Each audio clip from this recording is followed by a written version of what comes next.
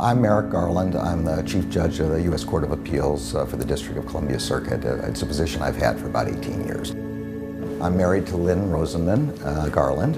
We met at a rehearsal dinner. Somebody managed to put us sitting next to each other. We always thought it was an accident, but maybe it wasn't.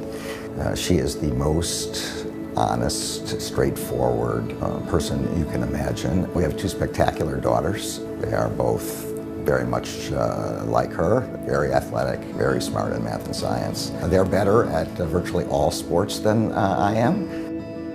When I'm standing with the president and he announces my nomination, I actually think we'll feel a little bit like it's an out-of-body experience. This is not anything I could have ever imagined happening growing up in Lincolnwood, Illinois. My mother will watch on TV. She's still alive. She'll be crying. And my father would be very proud. And to me, it's it's the highest position that somebody who believes in the rule of law and in making sure that the law is applied fairly can be in. And I think the rule of law is what distinguishes our country from most other countries and many other countries. It's people's willingness to trust that they don't have to take justice into their own hands. That law will treat people fairly and impartially and without regard to politics or religion or race or anything else. And if people trust that, we have a decent society. People also want to be sure this investigation goes forward effectively. Associate Deputy Attorney General Merrick Garland describing what has been going on at a hearing for bombing suspect Timothy McVeigh today at El Reno Prison outside of Oklahoma City.